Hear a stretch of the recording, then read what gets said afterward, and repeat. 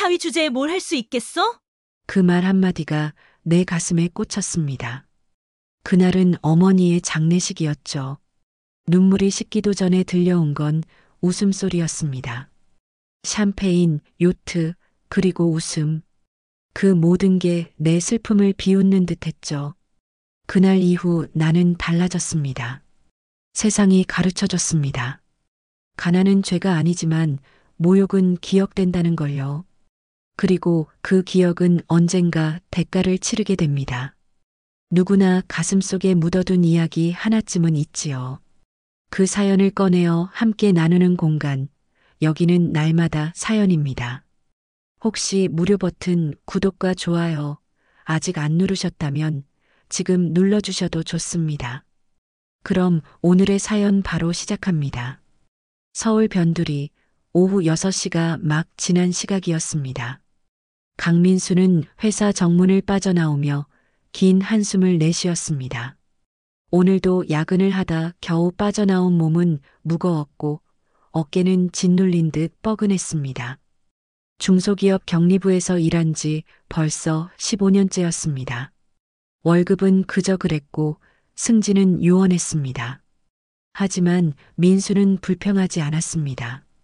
가족을 먹여 살리는 것만으로도 감사해야 한다고 어머니가 늘 그렇게 가르쳤으니까요. 지하철을 타고 집으로 향하는 길, 민수는 휴대폰을 꺼내 들었습니다. 화면에는 아내 정혜진의 메시지가 떠 있었습니다. 오늘도 엄마 댁 들러서 장 좀 받아줘. 엄마가 허리 아프시대. 민수는 작은 한숨과 함께 답장을 보냈습니다. 알았어. 조금 이따 갈게. 그렇게 민수의 발걸음은 자연스럽게 장모 댁으로 향했습니다. 장모 이명숙이 사는 아파트는 강남의 고급 주상복합 단지였습니다. 혜진의 오빠가 사업으로 큰 돈을 벌어 어머니께 마련해드린 집이었습니다. 오빠는 부동산 개발 사업을 하며 큰 돈을 벌었고 그 돈으로 어머니를 이 고급 아파트에 모셨습니다. 현관문을 열고 들어서자 이명숙이 소파에 앉아 텔레비전을 보고 있었습니다. 민수를 보자 이명숙은 눈썹 하나 까딱하지 않았습니다. 왔어? 장봐 왔어? 민수는 고개를 끄덕이며 장바구니를 들어 올렸습니다. 네, 장모님. 말씀하신 것들 다 샀습니다. 이명숙은 무심하게 장바구니를 훑어보더니 말했습니다. 사위는 뭐든 부지런해야지. 그래야 딸이 편하게 살 수 있는 거야. 민수는 웃으며 대답했습니다. 네, 당연하죠.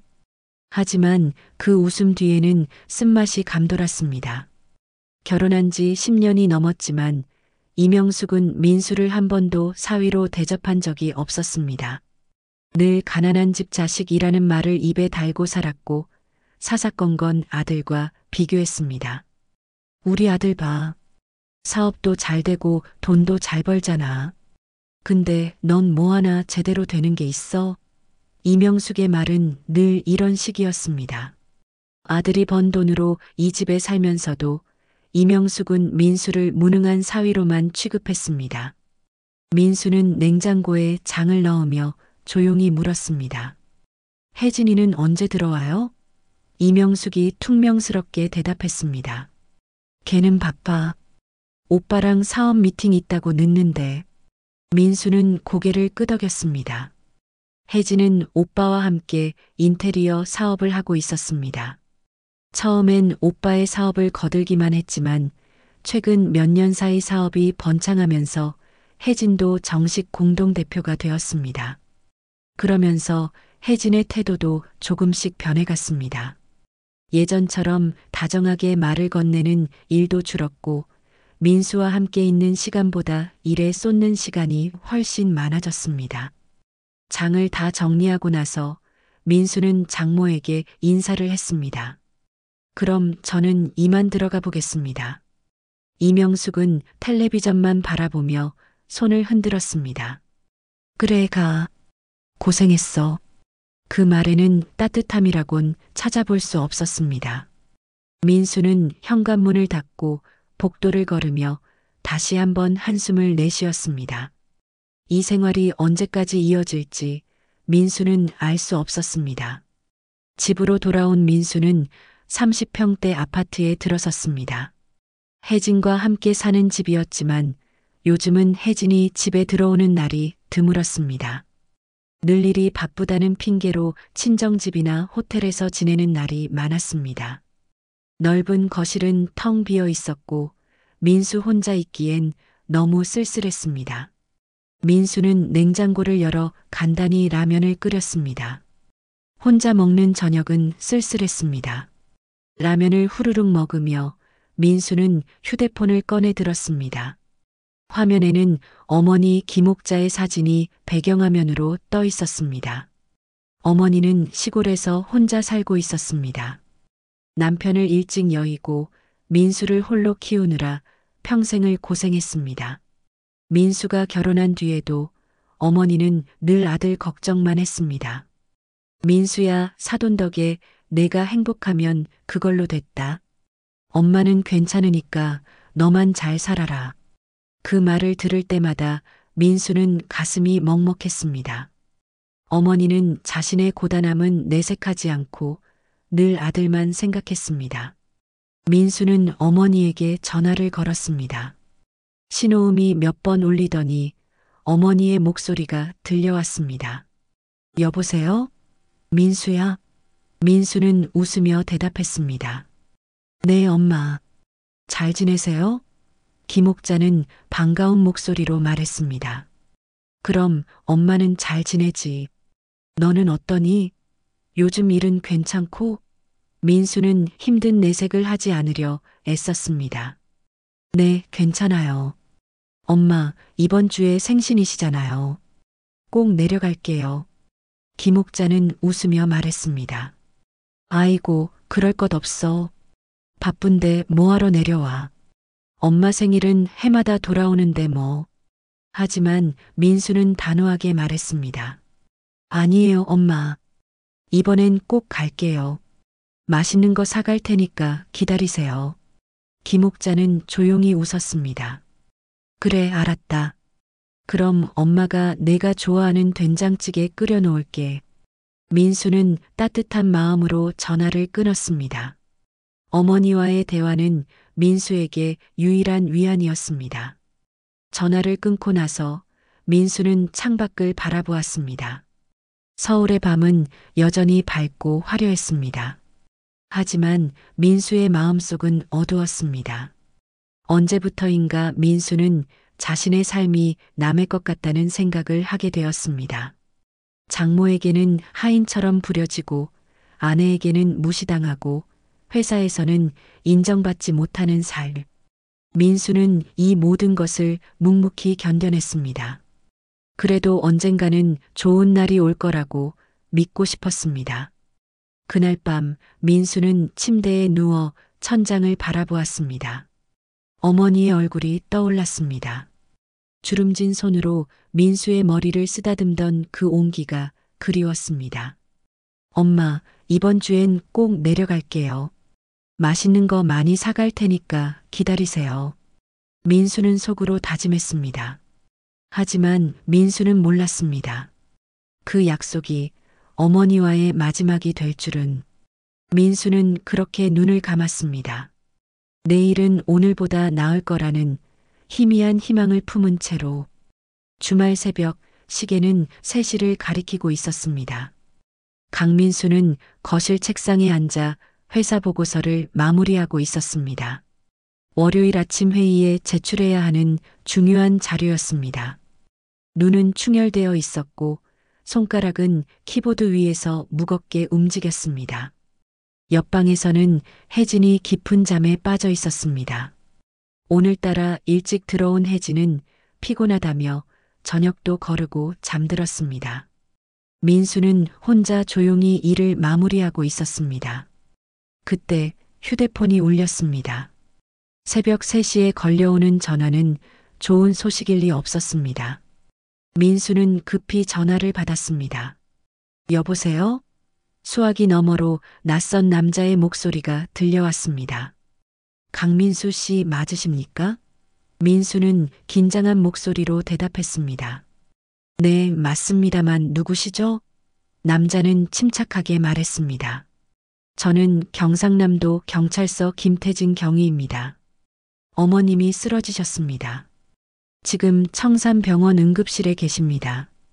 민수의 손이 떨렸습니다. 네, 어머니가요? 무슨 일이? 김태진 경위가 차분하게 설명했습니다. 새벽에 이웃분이 신고를 하셨습니다. 집안에서 쓰러져 계신 걸 발견했다고요. 빨리 오시는 게 좋겠습니다. 민수는 정신이 아득해졌습니다. 지금 바로 가겠습니다. 어머니 상태는 어떻습니까? 경위는 잠시 침묵하다가 말했습니다. 자세한 건 병원에서 들으시는 게 좋겠습니다. 빨리 오십시오. 전화를 끊자마자 민수는 옷을 주섬주섬 챙겨 입었습니다. 손이 너무 떨려서 단추를 끼우기도 힘들었습니다.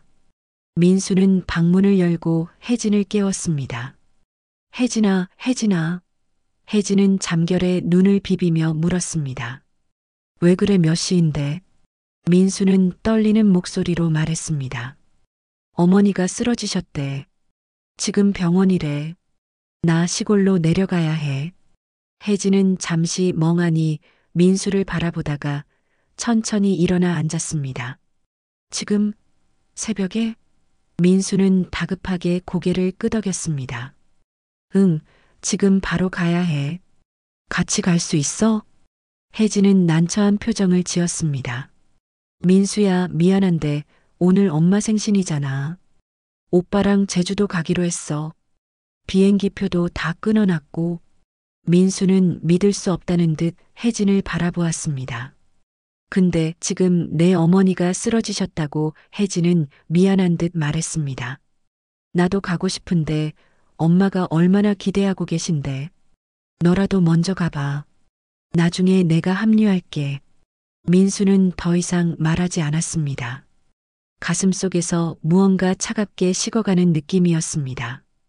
민수는 차를 몰고 시골로 향했습니다. 새벽 고속도로는 한산했지만 민수의 마음은 급했습니다. 엑셀을 밟는 발이 떨렸고 핸들을 잡은 손에서는 땀이 났습니다. 엄마, 제발 괜찮으셔야 해. 제발. 민수는 중얼거리며 어둠 속을 달렸습니다. 차창 밖으로 스쳐 지나가는 가로등 불빛이 흐릿하게 보였습니다. 2시간이 넘게 달려 마침내 청산병원에 도착했습니다. 응급실 입구로 뛰어들어간 민수는 간호사에게 다급히 물었습니다. 김옥자 환자 어디 계십니까? 간호사는 컴퓨터를 확인하더니 조용히 말했습니다. 3번 응급실입니다. 의사 선생님께서 기다리고 계십니다. 민수는 달려가듯 복도를 지나 응급실 앞에 섰습니다. 하얀 커튼이 쳐진 응급실 안에서 의사 한 명이 차트를 들고 나왔습니다. 민수는 숨을 헐떡이며 물었습니다. 저기요. 김옥자 환자 보호자입니다. 어머니 상태가 어떻습니까? 의사는 차가운 표정으로 민수를 바라보았습니다. 보호자분이시군요. 환자분은 심정지 상태로 발견되셨습니다. 심폐소생술을 시행했지만 의사는 잠시 말을 멈췄습니다. 민수는 다리에 힘이 풀리는 것을 느꼈습니다. 그래서요? 어머니는 괜찮으신 거죠? 의사는 고개를 저으며 말했습니다. 유감스럽게도 너무 늦게 발견되셨습니다. 최선을 다했지만 소생시키지 못했습니다. 민수는 귓속에서 윙 소리가 들렸습니다. 네, 뭐라고요? 의사는 차분하게 말을 이었습니다. 오전 5시 30분에 사망하셨습니다. 정확한 사인은 부검을 해봐야 알겠지만 급성 심근경색으로 추정됩니다. 유족분께 깊은 위로의 말씀드립니다. 민수는 그 자리에 주저앉았습니다. 다리가 휘청거렸고 눈앞이 캄캄했습니다. 어머니. 민수는 떨리는 손으로 얼굴을 감쌌습니다. 눈물이 흘러내렸습니다. 의사는 잠시 민수를 바라보다가 조용히 자리를 떠났습니다. 민수는 응급실 안으로 들어갔습니다. 하얀 천으로 덮인 침대 위에 어머니가 누워 있었습니다. 민수는 천천히 다가가 천을 걷어냈습니다. 어머니의 얼굴은 평온했습니다. 마치 잠든 것처럼 고요했습니다. 민수는 어머니의 차가운 손을 잡았습니다. 엄마 미안해요. 내가 늦었어요. 내가 더 자주 올 걸, 내가 더 잘할 걸. 민수의 목소리는 떨렸고 눈물이 멈추지 않았습니다. 어머니의 손은 이미 차갑게 식어 있었습니다. 한참을 그렇게 앉아있던 민수는 떨리는 손으로 휴대폰을 꺼냈습니다. 혜진에게 전화를 걸었습니다.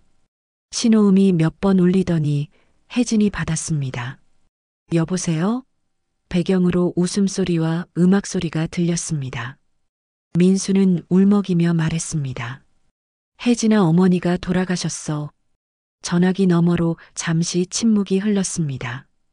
혜진은 낮은 목소리로 말했습니다. 지금 정말? 민수는 눈물을 훔치며 대답했습니다.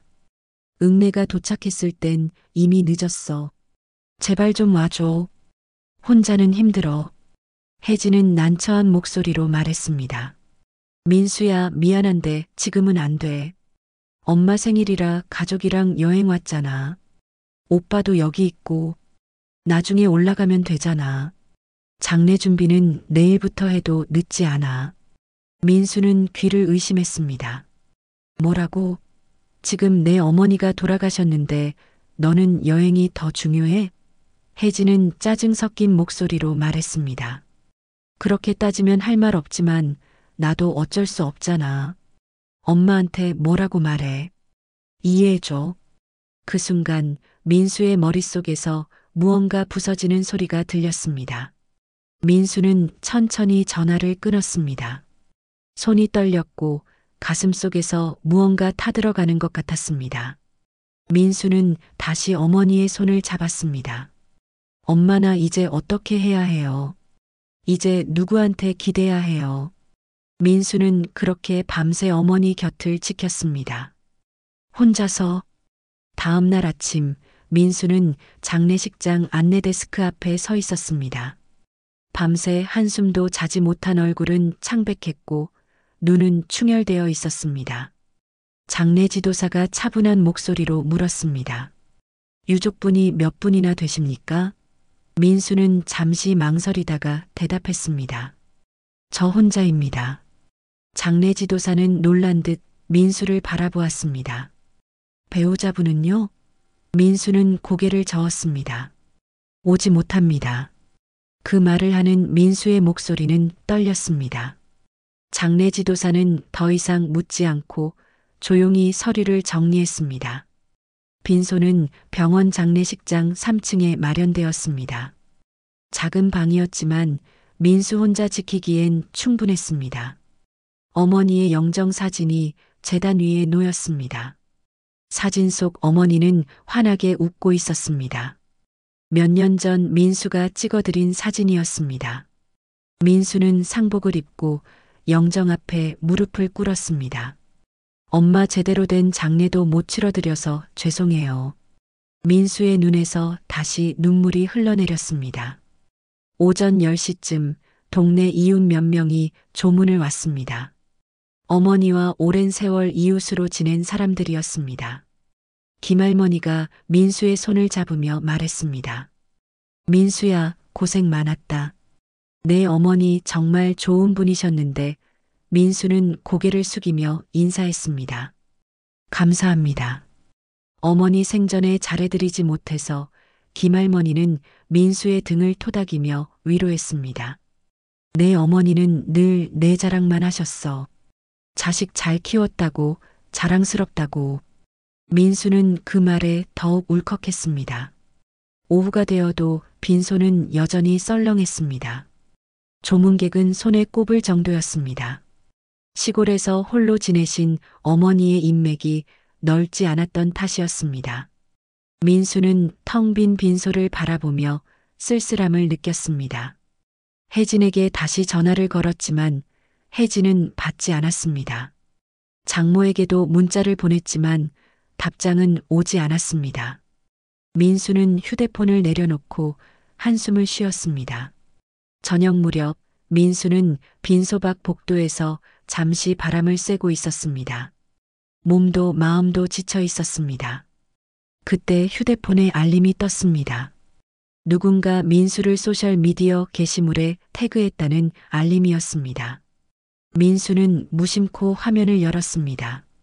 화면에 떠오른 사진을 보는 순간 민수는 숨이 멎는 것 같았습니다. 사진 속에는 혜진과 이명숙, 그리고 혜진의 오빠 가족이 환하게 웃고 있었습니다. 배경은 푸른 바다가 보이는 호화로운 요트였습니다.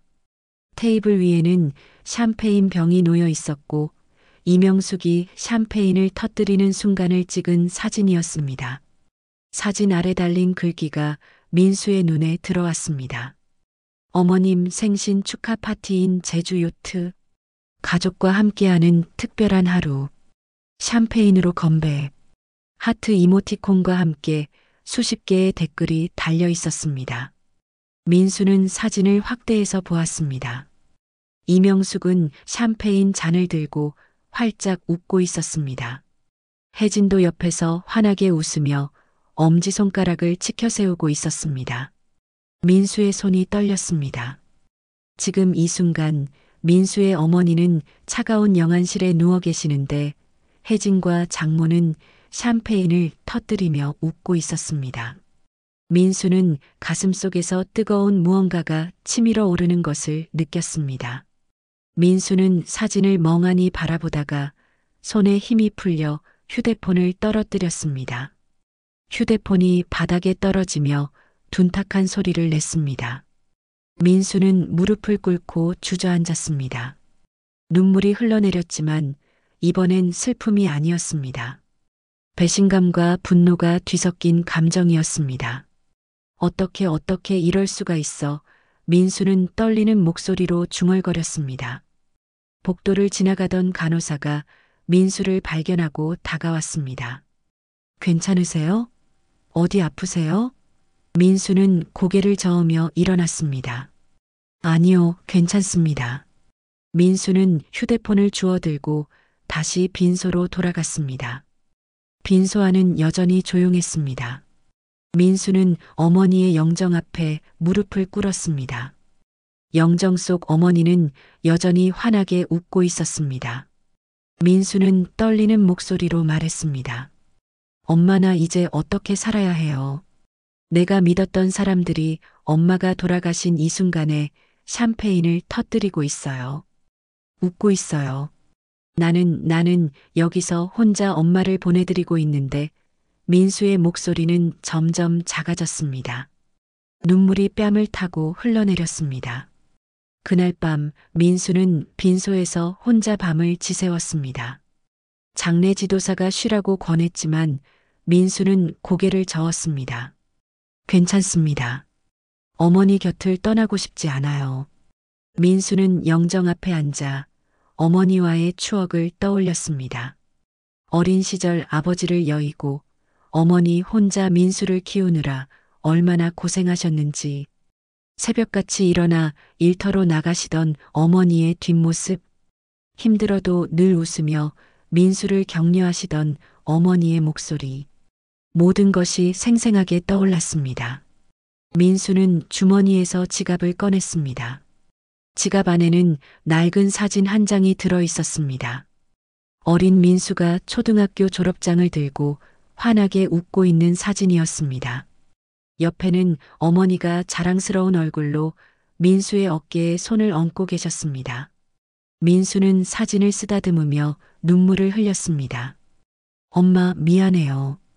효도도 제대로 못 해드렸어요. 이제라도 엄마 곁에 더 자주 올 걸 후회만 남네요. 새벽 2시쯤 민수는 다시 휴대폰을 켰습니다. 혜진의 소셜미디어 계정을 확인했습니다. 새로운 사진이 또 올라와 있었습니다. 이번엔 고급 레스토랑에서 찍은 사진이었습니다. 제주도 맛집 투어. 오늘도 행복한 하루. 민수는 휴대폰 화면을 꺼버렸습니다. 더 이상 보고 싶지 않았습니다. 민수는 영정 앞에 무릎을 꿇고 두 손을 모았습니다. 엄마 지금은 힘들지만 언젠가는 이 아픔도 지나가겠죠. 엄마가 늘 그렇게 말씀하셨잖아요. 힘든 시간도 지나간다고. 나 이제 어떻게 살아야 할지 모르겠어요. 하지만 엄마를 실망시키지 않을게요. 꼭 잘 살게요. 민수는 그렇게 어머니와 마지막 밤을 보냈습니다. 아무도 없는 빈소에서 혼자서 창밖으로 동이 트기 시작했습니다. 새로운 날이 밝아오고 있었지만 민수의 마음은 여전히 어두웠습니다. 장례를 치르고 사흘이 지났습니다. 민수는 어머니가 살던 시골집에서 홀로 유품을 정리하고 있었습니다. 먼지 쌓인 방안을 정리하는 동안 민수는 눈물을 참을 수 없었습니다. 어머니의 옷가지, 낡은 식기, 손때 묻은 성경책, 하나하나가 모두 어머니의 흔적이었습니다. 민수는 어머니의 옷을 품에 안고 한참을 울었습니다. 어머니의 체온이 아직도 남아있는 것만 같았습니다. 오후 2시쯤 현관문이 열리는 소리가 들렸습니다. 민수는 고개를 들었습니다. 혜진이 들어서고 있었습니다. 깔끔한 정장 차림의 혜진은 선글라스를 벗으며 집안을 둘러보았습니다. 정리는 다 했어? 혜진의 목소리는 차가웠습니다. 민수는 일어서며 대답했습니다. 아직 다 못했어. 근데 왜 왔어? 장례식 때도 안 왔잖아. 민수의 목소리에는 원망이 섞여 있었습니다. 혜진은 가방에서 서류 봉투를 꺼냈습니다. 깔끔하게 정리된 서류를 테이블 위에 내려놓으며 말했습니다. 민수 씨, 우리 이제 그만하자. 민수는 서류를 내려다보았습니다. 표지에는 이혼아 비서라는 글자가 선명하게 적혀 있었습니다. 민수는 믿을 수 없다는 듯 혜진을 바라보았습니다. 뭐라고? 혜진은 담담하게 말했습니다. 이혼하자는 거야. 이미 변호사랑 다 상의했어. 재산 분할도 공정하게 나눴고 서명만 하면 돼. 민수는 서류를 집어들었습니다. 손이 떨렸습니다. 장례식장에도 안 온 사람이 이혼 서류는 챙겨왔네. 민수의 목소리는 낮았지만 분노가 느껴졌습니다. 혜진은 팔짱을 끼고 말했습니다. 미안하지만 이건 진작 끝났어야 하는 일이야. 우리 결혼 생활 행복했어? 솔직히 말해봐. 민수는 서류를 테이블에 내려놓으며 물었습니다. 그래서 내 어머니 장례식 날에 샴페인을 터뜨린 거야? 혜진은 잠시 표정이 굳었습니다. 그건 엄마 생신이었잖아. 어쩔 수 없었어. 민수는 비웃듯 말했습니다.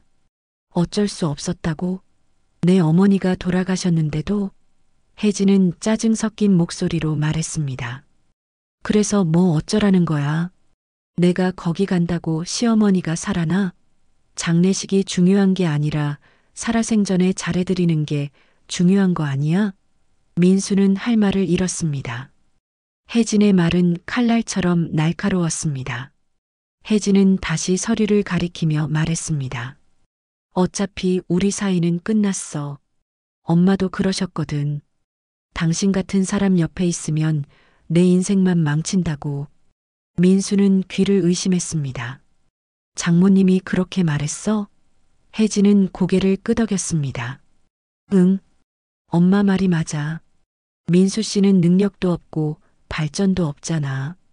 10년 넘게 같은 회사에서 같은 자리에 있고 나는 이제 지쳤어. 오빠랑 사업하면서 더 큰 세상을 봤거든. 민수 씨랑은 더 이상 안 맞아. 민수는 천천히 의자에 앉았습니다.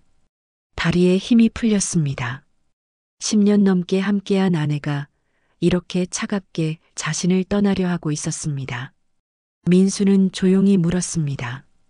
혜진아, 마지막으로 하나만 물어볼게. 그 샴페인 터뜨릴 때 웃음이 나왔어? 혜진은 잠시 망설이다가 대답했습니다. 그게 뭐가 중요해? 민수는 다시 물었습니다.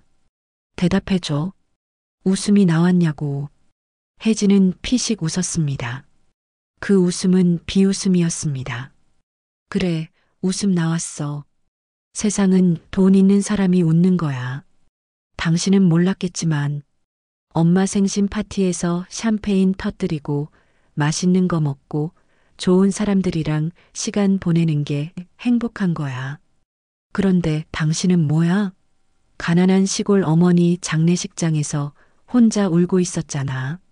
나는 그런 인생 싫어. 혜진의 말은 냉혹했습니다. 민수는 아무 말도 하지 않았습니다. 그저 혜진을 바라볼 뿐이었습니다. 민수의 눈빛은 이미 차갑게 식어 있었습니다. 예전처럼 화를 내거나 애원하거나 설득하려 들지 않았습니다. 그저 조용히 차갑게 혜진을 응시했습니다. 혜진은 민수의 눈빛에서 뭔가 달라진 것을 느꼈습니다. 예전의 순한 민수가 아니었습니다. 무언가 단단하게 굳어진 차가운 사람이 민수의 눈 속에 있었습니다. 민수는 천천히 서류를 집어들었습니다. 한 장 한 장 넘기며 내용을 확인했습니다. 재산 분할 조항, 위자료 조항, 양육권 조항. 다행히 아이는 없었습니다. 민수는 서류 마지막 장에 이르렀습니다. 서명란이 비어 있었습니다. 민수는 주머니에서 펜을 꺼냈습니다. 혜진이 기대에 찬 표정으로 민수를 바라보았습니다. 서명할 거야? 민수는 고개를 끄덕였습니다. 그래, 서명할게. 민수는 펜을 들어 자신의 이름을 적었습니다. 강민수. 또박또박 정자로 적힌 이름이 서류 위에 새겨졌습니다. 혜진은 안도의 한숨을 쉬며 말했습니다. 잘 생각했어. 이게 우리 둘 다를 위한 길이야. 민수는 서류를 혜진에게 건네며 조용히 말했습니다. 좋아요. 이제 우리 남이네요. 행복하게 사세요. 민수의 목소리는 감정이 없었습니다. 마치 기계가 말하는 것처럼 건조했습니다. 혜진은 서류를 받아들며 가방에 넣었습니다. 그럼 나갈게. 짐은 나중에 정리해서 보낼게. 혜진은 돌아서서 현관으로 향했습니다. 문을 열기 직전 혜진은 잠시 멈춰 섰습니다. 민수 씨, 미안해. 근데 이게 현실이야. 우리는 애초에 안 맞았어. 민수는 대답하지 않았습니다. 혜진은 문을 열고 나갔습니다. 문이 닫히는 소리가 집안에 울렸습니다. 민수는 텅 빈 집에 혼자 남았습니다. 창밖으로 혜진이 차에 타는 모습이 보였습니다. 검은색 수입차였습니다. 아마 오빠가 사준 차일 것입니다. 차가 출발하고 곧 시야에서 사라졌습니다. 민수는 의자에 주저앉았습니다. 10년의 결혼 생활이 한순간에 끝났습니다. 이혼 서류 한 장으로 민수는 어머니의 영정 사진을 바라보았습니다. 책상 위에 놓인 작은 액자 속에서 어머니가 환하게 웃고 있었습니다. 민수는 영정 앞에 무릎을 꿇었습니다. 엄마 이제 다 끝났어요. 결혼도 끝났고 가족도 없어졌어요. 이제 나한테 남은 건 아무것도 없어요. 민수의 목소리는 떨렸습니다. 눈물이 뺨을 타고 흘러내렸습니다. 하지만 민수는 더 이상 무너지지 않았습니다. 눈물을 닦고 일어섰습니다. 민수의 눈빛은 달라져 있었습니다. 슬픔 대신 단단함이 자리 잡고 있었습니다. 민수는 창밖을 바라보며 중얼거렸습니다. 이제 시작이야. 나도 이제 달라질 거야. 더 이상 무시당하지 않을 거야. 민수의 목소리는 낮았지만 결연했습니다. 어머니의 영정이 고요히 민수를 지켜보고 있었습니다. 이혼 후 일주일이 지났습니다. 민수는 서울로 돌아왔습니다. 어머니의 장례를 치르고 이혼까지 마친 뒤였습니다. 하지만 민수를 기다리고 있던 건 또 다른 시련이었습니다. 회사 인사팀에서 호출 연락이 왔습니다. 강민수 대리님, 내일 오전 10시에 인사팀으로 와주시기 바랍니다. 차가운 목소리였습니다. 민수는 불길한 예감이 들었습니다. 다음 날 아침 민수는 회사 인사팀 앞에 섰습니다. 인사팀장 최 부장이 서류를 들고 나왔습니다.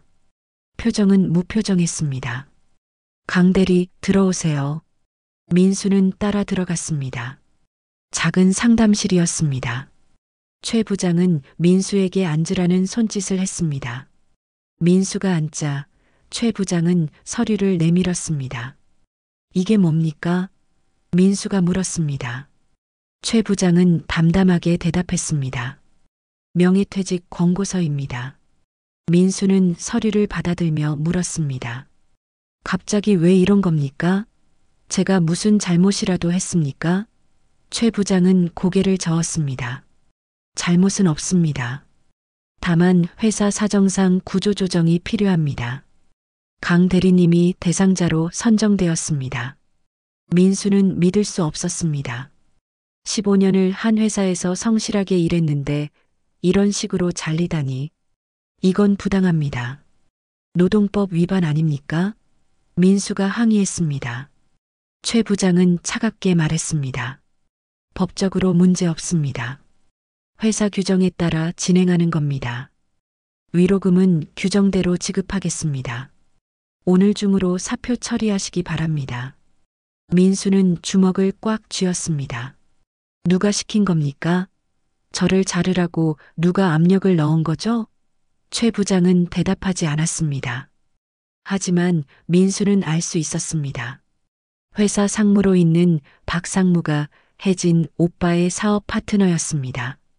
장모의 영향력이 여기까지 미친 것이었습니다. 민수는 자리에서 일어났습니다. 알겠습니다. 사표 쓰겠습니다. 민수의 목소리는 떨렸지만 더 이상 싸우지 않았습니다. 어차피 이미 결정된 일이었습니다. 민수는 상담실을 나와 자기 자리로 돌아갔습니다. 동료들이 민수를 바라보았습니다. 누구도 말을 걸지 않았습니다. 모두 이미 알고 있었던 것입니다. 민수는 책상 서랍을 열어 개인 물건들을 챙겼습니다. 사진 한 장, 머그컵 하나, 공책 몇 권. 그게 전부였습니다. 15년의 직장 생활이 박스 하나에 담겼습니다. 민수는 박스를 들고 회사를 나왔습니다. 뒤돌아보지 않았습니다. 엘리베이터를 타고 1층으로 내려갔습니다. 로비를 지나 현관문을 나섰습니다. 차가운 바람이 얼굴을 스쳤습니다. 민수는 한참을 그 자리에 서 있었습니다. 앞으로 무엇을 해야 할지, 어디로 가야 할지 알 수 없었습니다. 막막했습니다. 민수는 짐을 들고 아파트로 돌아갔습니다. 하지만 아파트 현관문 앞에는 이미 도어락이 바뀌어 있었습니다. 비밀번호가 맞지 않았습니다. 민수는 관리실에 전화를 걸었습니다. 여보세요. 3동 502호 강민수입니다. 도어락 비밀번호가 안 맞는데요. 관리실 직원이 대답했습니다. 아, 강민수 씨요. 명의자분께서 도어락 교체 요청하셨습니다. 명의자분이 정해진 씨라서요. 출입 불가 통보 받았습니다. 민수는 전화를 끊고 한숨을 쉬었습니다. 아파트는 혜진 명의였습니다. 결혼할 때 혜진 오빠가 사준 집이었습니다. 민수는 집에도 들어갈 수 없었습니다. 민수는 멍하니 복도에 서 있었습니다. 직장도 없고 집도 없었습니다. 갈 곳이 없었습니다. 민수는 박스를 들고 계단을 내려갔습니다. 어디로 가야 할까 생각하다가 민수는 다시 시골로 향했습니다. 어머니의 빈집으로. 밤늦게 도착한 시골집은 텅 비어 있었습니다. 민수는 현관문을 열고 들어섰습니다. 먼지 냄새가 코를 찔렀습니다. 민수는 불을 켰습니다. 방 안은 여전히 정리되지 않은 채로 남아 있었습니다. 민수는 박스를 바닥에 내려놓고 주저앉았습니다. 모든 것을 잃었습니다. 어머니도, 아내도, 직장도, 집도. 이제 남은 건 텅 빈 시골집뿐이었습니다. 민수는 방 안을 둘러보았습니다. 벽에 걸린 액자가 눈에 들어왔습니다. 먼지가 쌓여 있었지만 액자 속 사진은 선명했습니다. 어린 민수가 초등학교 표창장을 들고 환하게 웃고 있는 사진이었습니다. 옆에는 어머니가 자랑스러운 얼굴로 민수의 어깨에 손을 얹고 계셨습니다. 민수는 액자를 내려 먼지를 닦았습니다. 사진 속 민수는 너무나 행복해 보였습니다. 지금의 민수와는 너무나 달랐습니다. 민수는 액자를 가슴에 안고 중얼거렸습니다. 엄마, 나 아직 끝난 거 아니죠? 이렇게 주저앉을 수는 없죠. 민수의 목소리는 떨렸지만 포기하지 않으려 애쓰고 있었습니다. 민수는 액자를 다시 벽에 걸고 어머니의 방으로 들어갔습니다. 유품 정리를 마저 해야 했습니다. 민수는 옷장을 열었습니다. 어머니의 옷들이 가지런히 걸려 있었습니다. 옷장 깊숙한 곳에서 낡은 나무 상자가 보였습니다. 민수는 상자를 꺼냈습니다. 뚜껑을 열자 오래된 편지들과 서류들이 들어 있었습니다. 민수는 편지 한 통을 꺼내 펼쳤습니다. 어머니의 손글씨였습니다. 편지는 민수에게 쓴 것이었습니다. 날짜는 10년 전이었습니다. 민수가 결혼하던 해였습니다. 민수야, 내가 이 편지를 읽을 때쯤이면 엄마는 아마 세상에 없겠지. 엄마가 미리 써두는 편지란다. 민수야, 엄마는 내가 행복하게 사는 것만 바랐어. 하지만 세상은 쉽지 않더구나. 엄마도 평생 살면서 많이 힘들었단다. 하지만 엄마는 포기하지 않았어. 너라는 아들이 있었으니까. 민수야, 기억해라. 사람의 값은 가진 돈이 아니라 지킨 마음이란다. 내가 아무리 힘들어도 내 마음만은 지켜라. 그게 진짜 부자야. 엄마는 내가 그런 사람이 되길 바란다. 사랑한다, 우리 아들. 민수는 편지를 읽으며 눈물을 흘렸습니다. 어머니의 마지막 당부였습니다. 민수는 편지를 가슴에 꼭 안았습니다. 엄마, 알겠어요. 제 마음 지킬게요. 포기하지 않을게요. 민수의 목소리는 떨렸지만 다짐은 확고했습니다. 민수는 다시 상자를 뒤졌습니다. 다른 서류들도 있었습니다. 낡은 종이들이 가득했습니다. 그때 민수의 손에 묵직한 봉투가 잡혔습니다. 봉투 안에는 서류 몇 장이 들어 있었습니다. 민수는 서류를 꺼내 펼쳤습니다. 토지 등기부등본이었습니다. 민수는 눈을 크게 떴습니다. 어머니 명의로 된 땅이었습니다. 주소를 보니 경기도 외곽 지역이었습니다. 날짜는 20년 전이었습니다. 민수는 다른 서류도 확인했습니다. 농지계약서, 매매계약서. 어머니가 20년 전에 땅을 샀던 것이었습니다. 민수는 서류를 자세히 읽었습니다. 면적은 1000평 정도였습니다. 당시 가격은 얼마 되지 않았습니다. 어머니가 평생 모은 돈으로 산 땅이었을 것입니다. 민수는 휴대폰으로 주소를 검색했습니다. 화면에 지도가 떴습니다. 그 순간 민수는 숨이 멎는 것 같았습니다. 그 땅은 최근 신도시 개발 예정 지역이었습니다. 뉴스 기사가 검색되었습니다. 경기도 신도시 개발 확정, 토지 가격 급등 예상. 민수의 손이 떨렸습니다. 민수는 부동산 시세를 검색했습니다. 평당 가격이 화면에 떴습니다. 민수는 계산기를 두드렸습니다. 1000평 곱하기 평당 시세. 나온 숫자를 보고 민수는 믿을 수 없었습니다. 수백억 원이었습니다. 어머니가 남긴 땅이 지금은 엄청난 가치를 지니고 있었습니다. 민수는 서류를 가슴에 안고 흐느꼈습니다. 엄마, 이게 뭐예요? 엄마가 이렇게까지, 어머니는 마지막까지 아들을 생각했던 것입니다. 다음 날 아침 민수는 서류를 들고 서울로 향했습니다. 가장 먼저 찾아간 곳은 법무법인 사무실이었습니다. 인터넷으로 검색해서 찾은 부동산 전문 변호사였습니다. 상담실에 들어서자 김 변호사가 민수를 맞이했습니다. 어서 오세요. 전화로 말씀하신 토지 관련 상담이시죠? 민수는 고개를 끄덕이며 서류를 꺼냈습니다. 네, 이게 제 어머니 명의로 된 땅인데요. 확인 좀 부탁드립니다. 김 변호사는 서류를 받아 꼼꼼히 살펴보았습니다. 등기부등본, 매매계약서, 농지계약서, 모든 서류를 확인한 뒤 김 변호사는 고개를 끄덕였습니다. 서류상으로는 문제없어 보입니다. 어머님 명의가 확실하고 상속 절차만 밟으시면 됩니다.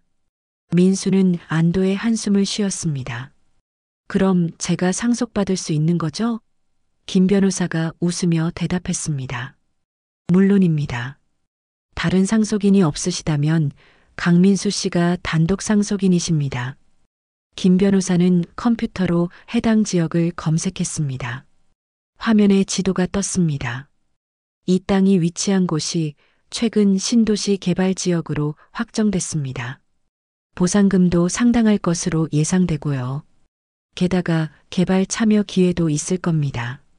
민수는 믿기지 않는다는 표정으로 물었습니다. 개발 참여요? 김 변호사가 설명했습니다. 네, 토지주로서 개발 사업에 참여할 수 있습니다. 보상금만 받으시는 것보다 훨씬 큰 이익을 얻을 수 있죠. 민수는 잠시 생각에 잠겼습니다. 어머니가 남긴 이 땅이 민수의 인생을 완전히 바꿀 수 있는 기회였습니다. 김 변호사가 덧붙였습니다. 상속 등기부터 시작해야 합니다. 필요한 서류를 준비해 드리겠습니다. 예상 기간은 한 달 정도입니다. 민수는 고개를 끄덕였습니다. 부탁드립니다. 최대한 빨리 진행해 주세요. 김 변호사는 명함을 건네며 말했습니다. 제가 책임지고 처리하겠습니다. 걱정하지 마세요. 법무법인을 나온 민수는 시원한 바람을 맞으며 깊게 숨을 들이켰습니다. 오랜만에 느껴보는 희망이었습니다. 모든 것을 잃었다고 생각했는데 어머니가 마지막 선물을 남겨두셨던 것입니다. 민수는 하늘을 올려다보며 중얼거렸습니다. 엄마, 고맙습니다. 정말 고맙습니다. 눈시울이 뜨거워졌습니다. 하지만 이번엔 슬픔의 눈물이 아니었습니다. 감사의 눈물이었습니다. 민수는 다시 시골집으로 돌아왔습니다. 집을 정리하고 앞으로의 계획을 세워야 했습니다. 민수는 노트를 꺼내 하나하나 적어 내려갔습니다. 첫째, 상속 등기 완료. 둘째, 개발 사업 참여 검토. 셋째, 새로운 사업 구상. 민수는 펜을 들고 생각에 잠겼습니다. 어떤 사업을 해야 할까? 무엇을 하고 싶을까? 15년간 회사 생활만 했던 민수에게는 낯선 고민이었습니다. 그날 밤 민수는 어머니의 편지를 다시 꺼내 읽었습니다. 사람의 값은 가진 돈이 아니라 지킨 마음이란다. 민수는 이 문장을 곱씹었습니다. 돈이 전부가 아니라는 것을 민수도 알고 있었습니다. 하지만 세상은 돈 없이는 살 수 없는 곳이었습니다. 민수는 다짐했습니다. 엄마, 저는 돈을 벌겠습니다. 하지만 제 마음만큼은 잃지 않을게요. 돈으로 사람을 무시하지 않을게요. 엄마처럼 따뜻한 사람이 되겠습니다. 일주일 후 김 변호사에게서 연락이 왔습니다. 강민수 씨, 좋은 소식입니다. 상속 등기가 빠르게 진행되고 있습니다. 그리고 개발 사업 설명회가 다음 주에 있습니다. 참석하시면 좋겠습니다. 민수는 기쁜 마음으로 대답했습니다. 네, 꼭 참석하겠습니다. 민수는 전화를 끊고 달력을 확인했습니다. 설명의 날짜를 크게 표시했습니다.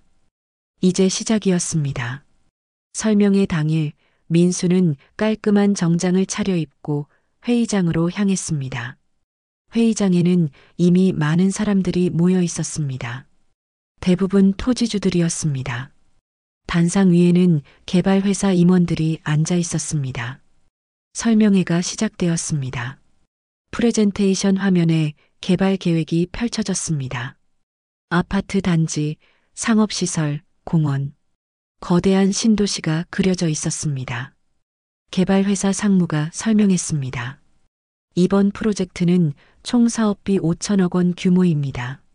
토지주 여러분께서는 보상금을 받으시거나 개발 사업에 직접 참여하실 수 있습니다. 참여하시는 분들은 완공 후 분양권을 배정받으시게 됩니다. 민수는 집중해서 들었습니다. 다른 토지주들도 진지한 표정으로 듣고 있었습니다. 설명이 끝나고 질의응답 시간이 주어졌습니다. 한 토지주가 손을 들고 물었습니다.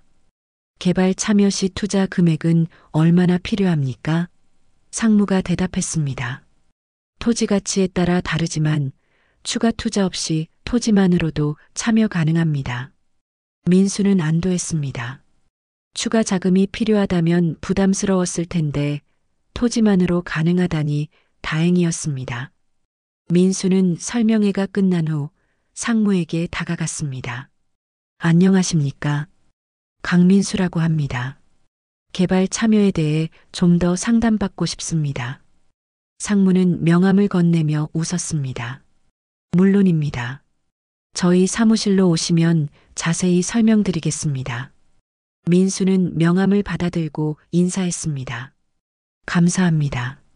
내일 찾아뵙겠습니다. 민수는 회의장을 나서며 가슴이 뛰는 것을 느꼈습니다. 새로운 세계가 열리고 있었습니다.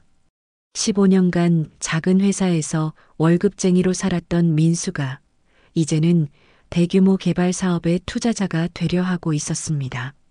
다음 날 민수는 개발 회사를 방문했습니다. 상무는 민수를 따뜻하게 맞이했습니다. 어서 오세요. 강민수 씨 토지 위치를 확인했는데 아주 좋은 곳입니다. 핵심 개발 구역에 속합니다. 민수는 긴장하며 물었습니다. 그럼 제가 받을 수 있는 분양권은 어느 정도입니까? 상무는 계산기를 두드리며 설명했습니다.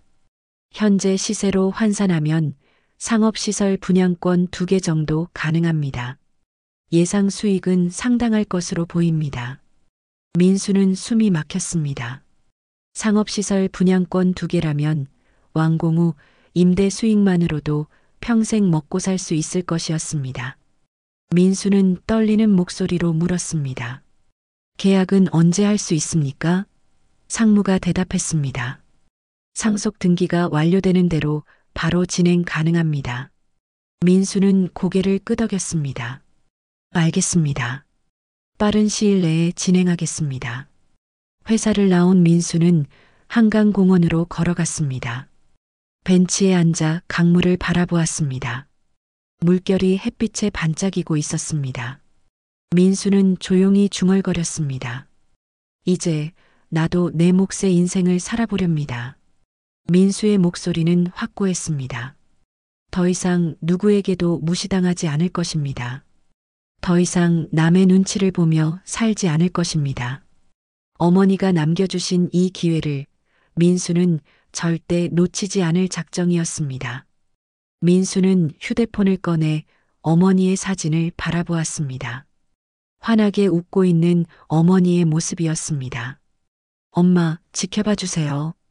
제가 이제 제대로 된 인생을 살아보겠습니다. 엄마가 자랑스러워 하실 만한 사람이 되겠습니다. 민수는 사진에 입을 맞추고 다시 휴대폰을 주머니에 넣었습니다. 강물을 따라 불어오는 바람이 상쾌했습니다. 민수는 벤치에서 일어나 걸음을 옮겼습니다. 앞으로 나아갈 시간이었습니다. 1년이 흘렀습니다. 민수는 그동안 많은 것을 배우고 준비했습니다. 상속 등기를 마치고 개발 사업에 정식으로 참여했습니다. 토지 가치가 인정받으면서 민수는 주요 투자자 중 한 명이 되었습니다. 개발 회사는 민수를 귀하게 대했습니다. 회의에 참석할 때마다 임원들이 민수의 의견을 물었습니다. 예전과는 완전히 다른 대우였습니다. 민수는 조용히 그러나 확실하게 자신의 자리를 만들어갔습니다. 서울 강남, 오늘은 신도시 개발 사업 투자 발표회가 열리는 날이었습니다. 고급 호텔 대연회장에는 수백 명의 하객이 모여 있었습니다. 투자자들, 언론인들, 정치인들까지 화려한 조명 아래 무대가 준비되어 있었습니다. 민수는 무대 뒤 대기실에서 정장 넥타이를 고쳐 매었습니다. 거울 속 민수는 1년 전과는 달라져 있었습니다. 눈빛에는 자신감이 넘쳤고 자세는 당당했습니다. 개발회사 회장이 대기실로 들어왔습니다. 강 이사님, 준비되셨습니까? 민수는 고개를 끄덕였습니다. 네, 준비됐습니다. 회장은 민수의 어깨를 두드리며 말했습니다. 오늘이 중요한 날입니다. 언론과 투자자들에게 우리 프로젝트를 제대로 알려야 합니다. 강 이사님께서 핵심 투자자로 소개되실 겁니다. 민수는 조용히 웃었습니다. 잘 부탁드립니다. 연회장 한쪽에는 혜진과 이명숙이 앉아 있었습니다. 둘은 초대장을 받고 이 자리에 왔습니다. 혜진의 오빠가 이번 개발 사업에 협력업체로 참여하게 되면서 가족들도 초청받은 것이었습니다. 이명숙은 화려한 한복을 입고 있었고 혜진은 명품 드레스를 걸치고 있었습니다. 이명숙이 주위를 둘러보며 말했습니다. 여기 오는 사람들 봐. 다 돈 있는 사람들이야. 우리도 이제 이런 자리에 오게 됐네. 혜진도 고개를 끄덕였습니다. 오빠 덕분이죠. 이번 사업 잘 되면 우리도 더 큰 돈 벌 거예요. 이명숙은 만족스러운 표정으로 웃었습니다. 그래. 역시 아들이 최고야. 사위는 별로였지만 아들은 달라. 혜진은 어색하게 웃었습니다. 민수와 이혼한 지도 벌써 1년이 지났습니다. 혜진은 가끔 민수를 떠올렸지만 후회하지는 않았습니다. 민수는 능력 없는 남자였고 자신은 더 나은 선택을 했다고 믿었습니다. 무대 위로 조명이 켜졌습니다. 사회자가 마이크를 잡고 발표회를 시작했습니다. 신사숙녀 여러분, 오늘 이 자리에 와주셔서 감사합니다. 지금부터 신도시 개발 사업 투자 발표회를 시작하겠습니다. 박수 소리가 울려 퍼졌습니다. 화면에 개발 계획이 펼쳐졌습니다. 거대한 신도시의 조감도가 나타났습니다.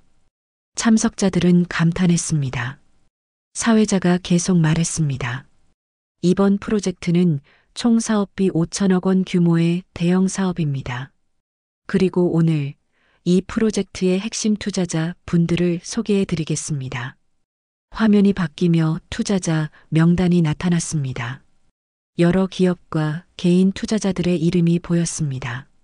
사회자가 한 명씩 호명하기 시작했습니다. 먼저 태양건설 김 회장님 무대로 나와주시기 바랍니다. 박수 소리와 함께 김 회장이 무대로 올라갔습니다. 몇 명의 투자자가 더 소개되었습니다. 그리고 사회자가 마지막 투자자를 소개했습니다. 그리고 마지막으로 이번 프로젝트의 주요 토지 소유주이자 핵심 투자자이신 분을 소개합니다. 강민수 이사님 무대로 나와주시기 바랍니다. 박수 소리가 울렸습니다.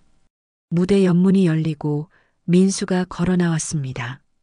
깔끔한 정장을 입은 민수는 당당하게 무대 중앙으로 걸어갔습니다. 혜진은 그 순간 얼어붙었습니다. 눈을 의심했습니다. 무대 위에 서 있는 사람이 민수였습니다. 1년 만에 보는 전 남편의 모습은 완전히 달라져 있었습니다. 자신감 넘치는 표정, 당당한 자세. 혜진은 옆에 있던 이명숙을 흔들었습니다. 엄마 저 사람 이명숙도 무대를 바라보았습니다. 그리고 입을 벌린 채 굳어버렸습니다. 저게 민수야? 민수는 마이크를 잡고 말했습니다. 안녕하십니까? 강민수입니다. 민수의 목소리는 차분했지만 힘이 있었습니다. 이번 프로젝트에 투자하게 되어 영광입니다. 이 땅은 제 어머니께서 20년 전에 마련하신 것입니다. 어머니는 평생을 고생하시며 이 땅을 지키셨습니다. 오늘 이 자리에서 어머니의 노고가 빛을 발하게 되어 감사합니다. 민수는 잠시 말을 멈추고 연회장을 둘러보았습니다. 민수의 시선이 혜진과 이명숙에게 머물렀습니다. 혜진은 민수의 눈빛을 마주치고 얼어붙었습니다. 민수는 미소를 지으며 말을 이었습니다. 이 자리에 오기까지 많은 분들께 배움을 얻었습니다. 어떤 분들은 저에게 세상을 가르쳐 주셨습니다. 돈이 없으면 무시당한다는 것, 능력이 없으면 버림받는다는 것.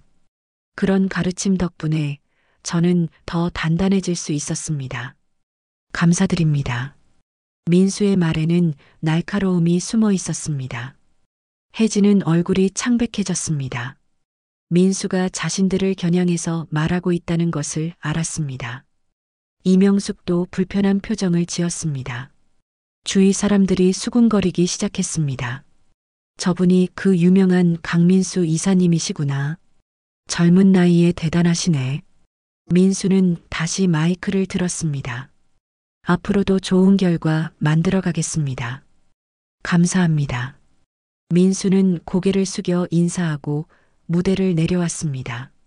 발표회가 끝나고 리셉션이 시작되었습니다. 샴페인과 음식이 준비되어 있었습니다. 투자자들과 하객들이 이리저리 돌아다니며 인사를 나눴습니다. 민수는 여러 사람들에게 둘러싸여 있었습니다. 명함을 주고받고 악수를 나누었습니다. 언론 기자들도 민수에게 다가와 사진을 찍었습니다. 플래시가 터졌습니다. 민수는 카메라를 향해 미소를 지었습니다.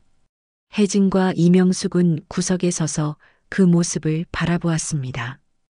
혜진은 입술을 깨물었습니다.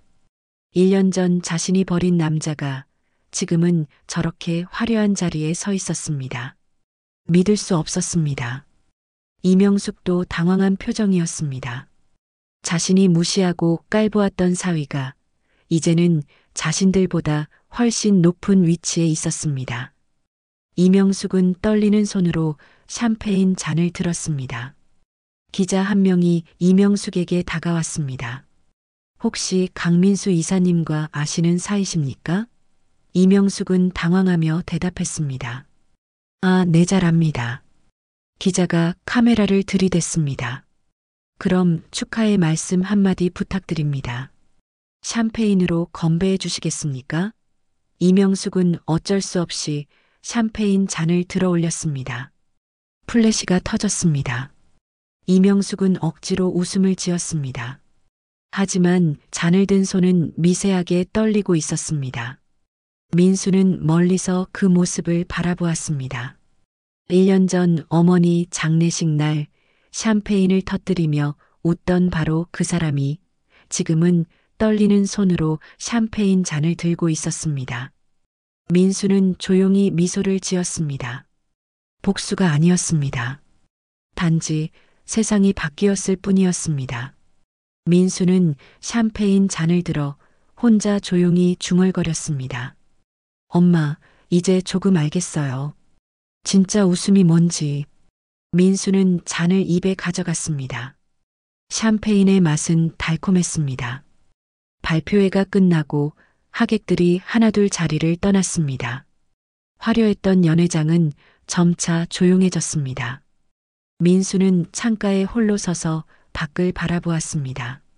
서울의 밤하늘에는 비가 내리기 시작했습니다. 빗방울이 유리창을 타고 흘러내렸습니다. 민수는 그 빗줄기를 멍하니 바라보았습니다. 오늘 하루가 꿈만 같았습니다. 1년 전만 해도 모든 것을 잃고 절망했던 민수가 이제는 수백 명 앞에서 당당히 서 있었습니다. 뒤에서 누군가 다가오는 기척이 들렸습니다. 민수는 고개를 돌렸습니다. 개발회사 회장이었습니다. 회장은 샴페인 2잔을 들고 있었습니다. 강 이사님, 수고 많으셨습니다. 한잔 하시죠. 민수는 고개를 끄덕이며 잔을 받았습니다. 회장이 말했습니다. 오늘 발표회 정말 성공적이었습니다. 강 이사님 덕분입니다. 민수는 조용히 웃었습니다. 제가 한 게 별로 없는데요. 다 회장님 덕분입니다. 회장은 고개를 저었습니다. 아닙니다. 강 이사님의 어머니께서 지켜오신 땅이 있었기에 이 프로젝트가 가능했습니다. 어머님께 감사드려야죠. 민수는 잠시 말이 없었습니다. 가슴속이 뭉클해졌습니다. 회장이 샴페인 잔을 들어 올렸습니다. 어머님께 건배합시다. 민수도 잔을 들어 올렸습니다. 네, 어머니께 건배합니다. 두 잔이 부딪히는 맑은 소리가 울렸습니다. 민수는 샴페인을 한 모금 마셨습니다. 목을 타고 넘어가는 샴페인은 부드러웠습니다. 회장이 떠나고 민수는 다시 혼자가 되었습니다. 연회장 한쪽에 놓인 샴페인 병을 집어들었습니다. 민수는 빈잔에 샴페인을 따랐습니다. 황금빛 액체가 잔을 채워갔습니다. 거품이 보글보글 올라왔습니다. 민수는 잔을 들고 다시 창밖을 바라보았습니다. 비는 더욱 세차게 내리고 있었습니다. 빗소리가 조용한 연회장에 울려 퍼졌습니다. 민수는 조용히 중얼거렸습니다. 엄마 이젠 조금 알겠어요. 민수의 목소리는 떨렸습니다. 웃음이란 게 뭔지. 진짜 웃음은 남을 밟고 서서 터뜨리는 게 아니었어요. 자기 자신을 이겨내는 거였네요.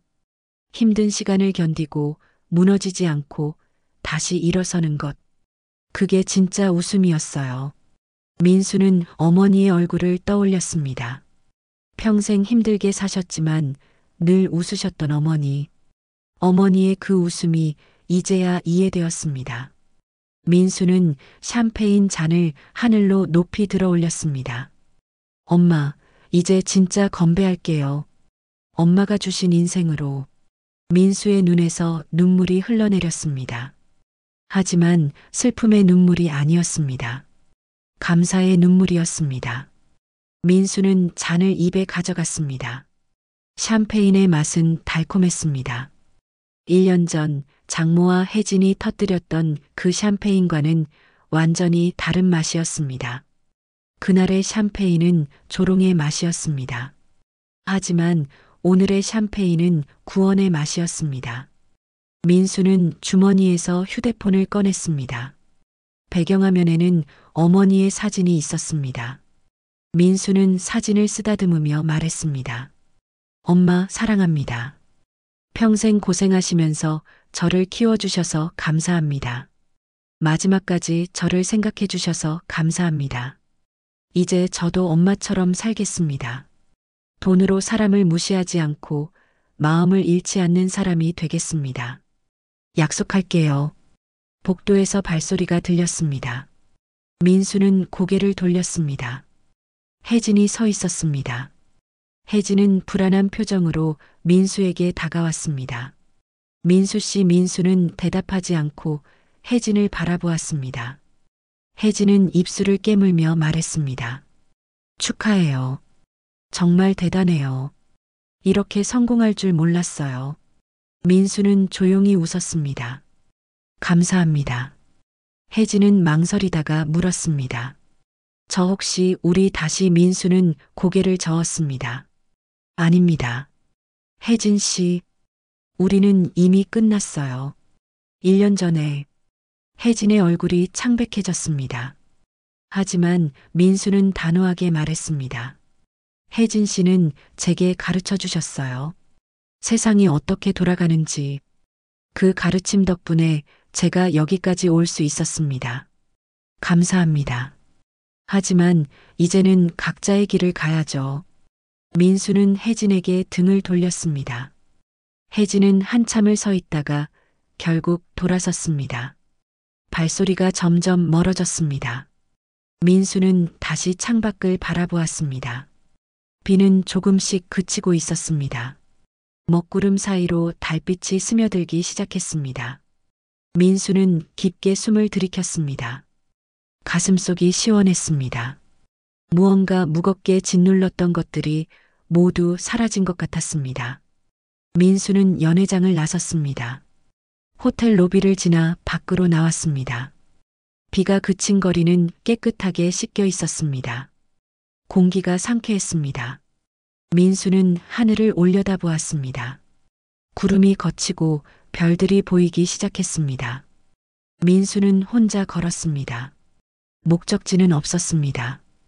그냥 걷고 싶었습니다. 발걸음은 가벼웠습니다. 민수는 한강 다리를 건넜습니다. 다리 위에서 멈춰서서 강물을 바라보았습니다. 야경이 강물에 반짝이고 있었습니다. 아름다웠습니다. 민수는 난간에 기대어 조용히 생각했습니다. 앞으로 무엇을 할까? 어떻게 살아갈까? 민수는 이미 마음속에 답을 가지고 있었습니다. 어머니처럼 살 것입니다. 돈이 많아도 교만하지 않고 힘이 있어도 남을 짓밟지 않는 사람. 어머니가 바라셨던 그런 사람이 될 것입니다. 민수는 주머니에서 어머니의 편지를 꺼냈습니다. 낡은 종이였지만 글씨는 또렷했습니다. 사람의 값은 가진 돈이 아니라 지킨 마음이란다. 민수는 편지를 가슴에 안았습니다. 네, 엄마. 알겠습니다. 제 마음 지키겠습니다. 평생. 민수는 편지를 다시 주머니에 넣었습니다. 그리고 다시 걷기 시작했습니다. 앞을 향해서 며칠 후 민수는 시골 어머니 묘소를 찾았습니다. 비석 앞에 무릎을 꿇고 앉았습니다. 꽃다발을 놓고 절을 올렸습니다. 엄마, 저 왔어요. 잘 계셨죠? 민수는 한참을 그렇게 앉아 있었습니다. 바람이 불었습니다. 따뜻한 바람이었습니다. 마치 어머니가 민수의 머리를 쓰다듬는 것 같았습니다. 민수는 미소를 지었습니다. 진짜 웃음이었습니다. 민수는 묘소를 나와 다시 서울로 돌아갔습니다. 새로운 사무실에 출근했습니다. 책상 위에는 일감들이 쌓여 있었습니다. 민수는 의자에 앉아 서류를 펼쳤습니다. 하지만 잠시 멈추고 책상 옆에 놓인 어머니 사진을 바라보았습니다. 사진 속 어머니는 환하게 웃고 있었습니다. 민수는 중얼거렸습니다. 엄마, 지켜봐 주세요. 제가 잘할게요. 민수는 다시 서류를 들었습니다. 새로운 프로젝트 계획서였습니다. 지역사회를 위한 복지 사업이었습니다. 민수는 수익의 일부를 사회에 환원하기로 결심했습니다. 어머니라면 그렇게 하셨을 것입니다. 민수는 펜을 들고 서류에 서명했습니다. 강민수. 이제는 떳떳한 이름이었습니다. 창밖으로 햇살이 비쳐들었습니다. 따뜻했습니다. 민수는 미소를 지으며 일을 시작했습니다. 새로운 하루가 밝았습니다. 진짜 인생이 시작되었습니다. 오늘의 이야기는 여기까지입니다. 여러분 마음에는 어떤 여운이 남으셨나요? 댓글로 생각이나 소감 또는 사는 지역을 남겨주세요. 소통의 장이 되어 더 깊은 공감으로 이어질 것입니다. 무료 버튼, 구독과 좋아요로 응원해 주시면 내일도 변함없이 찾아뵙겠습니다.